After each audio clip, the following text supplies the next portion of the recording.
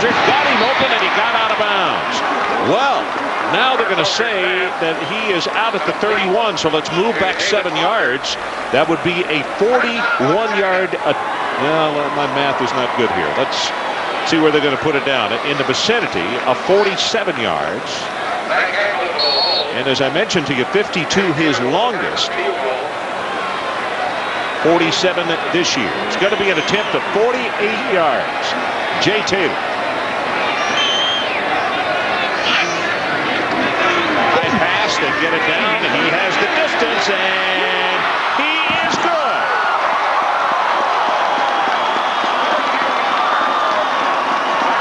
So Jay Taylor has got him standing and cheering here in Morgantown, West Virginia, as we are at halftime, and our score is Syracuse 21 and West Virginia 20. 21-20 as we prepare to start the second half. Both teams took the ball right down the field and scored the first time they had it. And the interesting thing, Donovan McNabb hot early. He went through quite a dry spell. Then he got very warm. Mike. Yeah, he really did, Ron. It's only 31 plays for Syracuse in the first half, but only 10 passes from Donovan McNabb. He found Kevin Johnson, got hot, got that combination going in the second quarter. But in the early first quarter, early second quarter, West Virginia has Donovan McNabb bottled up. They get the sack right here, and then he finds Jeff Lowe beating too deep coverage for the touchdown. And so he's really, I think, as you watch him, and then he hits Kevin Johnson for the touchdown, he's now loosened up, finding some seams in the West Virginia defense, and I think you'll see him throwing more and more. First 5 series is 1 out of 6 for 16 yards, but then he came on. Last 2 series is 4 for 4, 100 yards and 2 touchdowns. So he's found a groove. You know the first half stats and the numbers, the passing yardage. You can see he gained 100 yards after that opening series, but it came late in the quarter. In the third down situation for Syracuse, 49% they were making it on coming into the night. 1 out of 6 against West Virginia, and then averaging 9 yards on first down. Big statistics.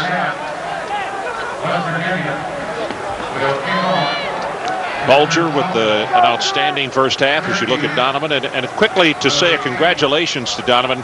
He became the all-time passing leader in the Big East Conference with that touchdown pass to Kevin Johnson. 7,858 yards, surpassing the total of Glenn Foley of Boston College, who had held that record. So Donovan McNabb puts his name in the books one more time on what has been a truly magnificent career at Syracuse University. Kevin Johnson is back deep. Oliger will kick it off for West Virginia.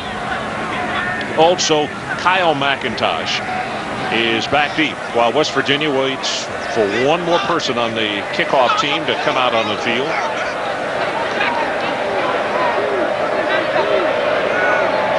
So we had 248 total yards by West Virginia in the first half, 199 for Syracuse. Orangemen lead at 21-20, and we're underway in the second half. This is Kyle McIntosh. You can hear the strike from all the way up here. And Adrian, let's go to you. Well, Ron, Coach Pasqualoni tells me that in reviewing their performance offensively in the first half, they move the ball when they move it faster, and they've got to pick up the pace here in the second half. The balance, passes to runs, he's not too concerned about. He says, yes, our playbook is pretty thick, and we're going to cut it down. Defensively for West Virginia, very important, most important quarter for them right now, because in all 3 losses, they have been shut out. The Mountaineers have in the third quarter, so the defense figures they need to score here in the third quarter if they want to win this game. Adrian, I think this is a big drive. You always like to play the first 5 minutes of the third quarter. Both coaches tell their teams that will decide this football game.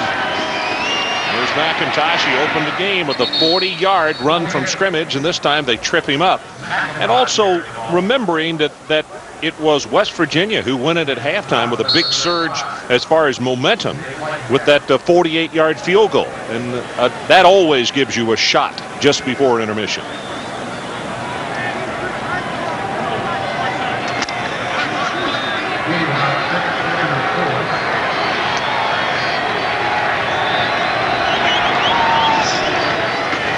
McIntosh again tries to bounce it outside, and Gary Stills is right there. Gary Stills, we said he got hurt against Ohio State, missed 4 games, and the coaches now say he's starting to round back in the shape that he started the football season with. Interesting that he's only played, I mean, it just happens this way, the games he's played in have been the games they lost. He was not with the team in the games they won. Third down, and they need to take it to the 32. Syracuse 1 of 6 on the night. Blitz is on, got it complete to Johnson.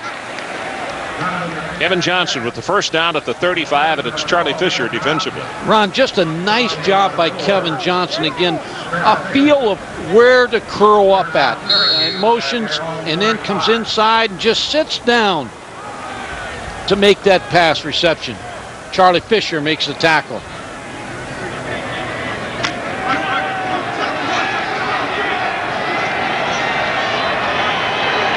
Seven yards and a touchdown on the night for Johnson. Pressure coming on Forbes. Drills it complete at the 32 to Kevin Johnson again. Well, it's becoming the Donovan McNabb, Kevin Johnson show, and we talked about this. Adrian Karsten talked about it just before half. That Quentin Spotwood's not here. Who do you depend on? You have a favorite receiver. It's got to be Kevin Johnson. He comes all the way across the football field. Good coverage on him by David Lightcap, but again, a good throw by Donovan McNabb, a good catch by Kevin Johnson. That's why I say, Ron, he will play pro football. He's an outstanding receiver, and a young receiver. He's got a lot to learn at that position.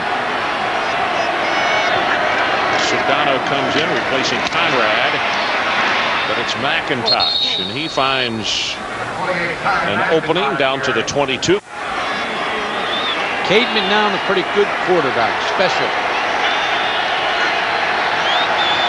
First down, the ball just outside the 20-yard line of West Virginia. Conrad reads his way, going to go for 3 tough yards. It's Kyle Caden, the freshman out of Fremont, Ohio, there to make the stop. Rob Conrad, his freshman year, Ron, he got that famous number 44 jersey. Paul Pasqualoni sat down and explained the history of the jersey to Rob Conrad, and that he had to be a role model. Talked to Paul Pasqualoni when we did the North Carolina State game. He said recruits have asked for that number. They're currently recruiting players, and we shall see a new 44 at Syracuse. 4 carries for 21 yards tonight. Here comes the blitz. Donovan McNabb is hit, and how he held on to the football, I don't know. 3 times they've gotten to him. This time it was Tompkins. Gary Tompkins came off the corner, and Steve Dunlap, when we talked to him, he talked about not blitzing Donovan McNabb as much, but once you cross the 30-yard line, you've got to come after Donovan McNabb, number 11. Gary Tompkins comes from the corner, doesn't get picked up, makes the tackle on Donovan McNabb. But you don't like to blitz a guy who is elusive like Donovan McNabb and also runs the option. Third down. They need to take it to the 11 of West Virginia. McNabb for the end zone, got him open. Touchdown, Kevin Johnson. They had to bust the coverage here because I watched Kevin Johnson come off the line of scrimmage. No one picked him up. He ran wide open all the way down the football field. He's going to come in motion right here. He's going to work up the football field. No one picks him up. 3 deep coverage. Breaks. Wide open, a busted coverage. Thrown right on rhythm by McNabb. Plus, you're in 3 deep coverage. The safety should have been sitting back there. Trout with the extra point. It's good, and let's take a break. 11:14 to play, third quarter, and Syracuse, just the way they opened the game, on the scoreboard again. When play resumes, it's West Virginia's ball. 1st and 10. It's senior wide receiver Sean Foreman receiving attention on the sideline. Has an injury to, it would appear, his elbow. Pads are off, and whether this means that he's done for the night, not sure.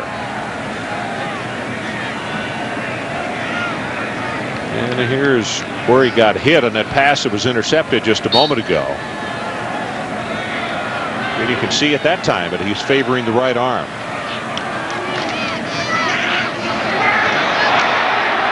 Reverse to Green and tackled at the 42. You know, the last 3 drives for West Virginia have started at the Syracuse 47, their own 37, and now their own 39. And I guess the point that I'm making is the defense just made a big stop there, but the offense has got to take advantage when you get that kind of field position. They really do. And now in that play just didn't time up right, but that was a good call by Dan Simrel, and it was open. It just didn't time up the blockers and Pat Green.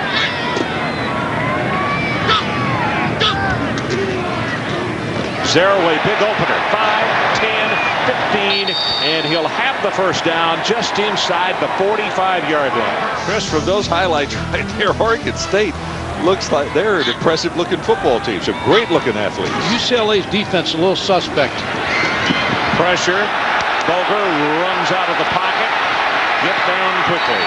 At the 30-yard line, it was Poles who was coming after him pell-mell. Well, when I was watching tape with Mark Bulger the other day and Dan Simrel, he told him, he said, at times, use your Major Harris legs, and referring to Major Harris, the quarterback here for West Virginia that did a good job for them. Mark Bulger, of course, not as fast as Major Harris. Dan Simrel making the calls. That's Dave McMichael, one of the best offensive line coaches around, sitting next to him.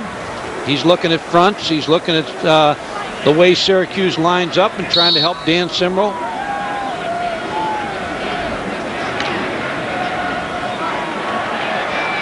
So here's the situation. It's first down at the 30-yard line. We've just gone under 6.5 minutes to play, third quarter. Checking off right here, Ron. Straight ahead with the run. And Zaraway trying to break out of the pack. That's Freeney who held on to him. What Mark Bulger sees right here is he's looking for a couple different things, whether to run Amos Zaraway outside, whether to come out over here, or whether to throw the ball over here, but he decides on a trap up inside. There's the trap, and Amos Zaraway hits for a couple yards, but it looked like he missed the trap hole also.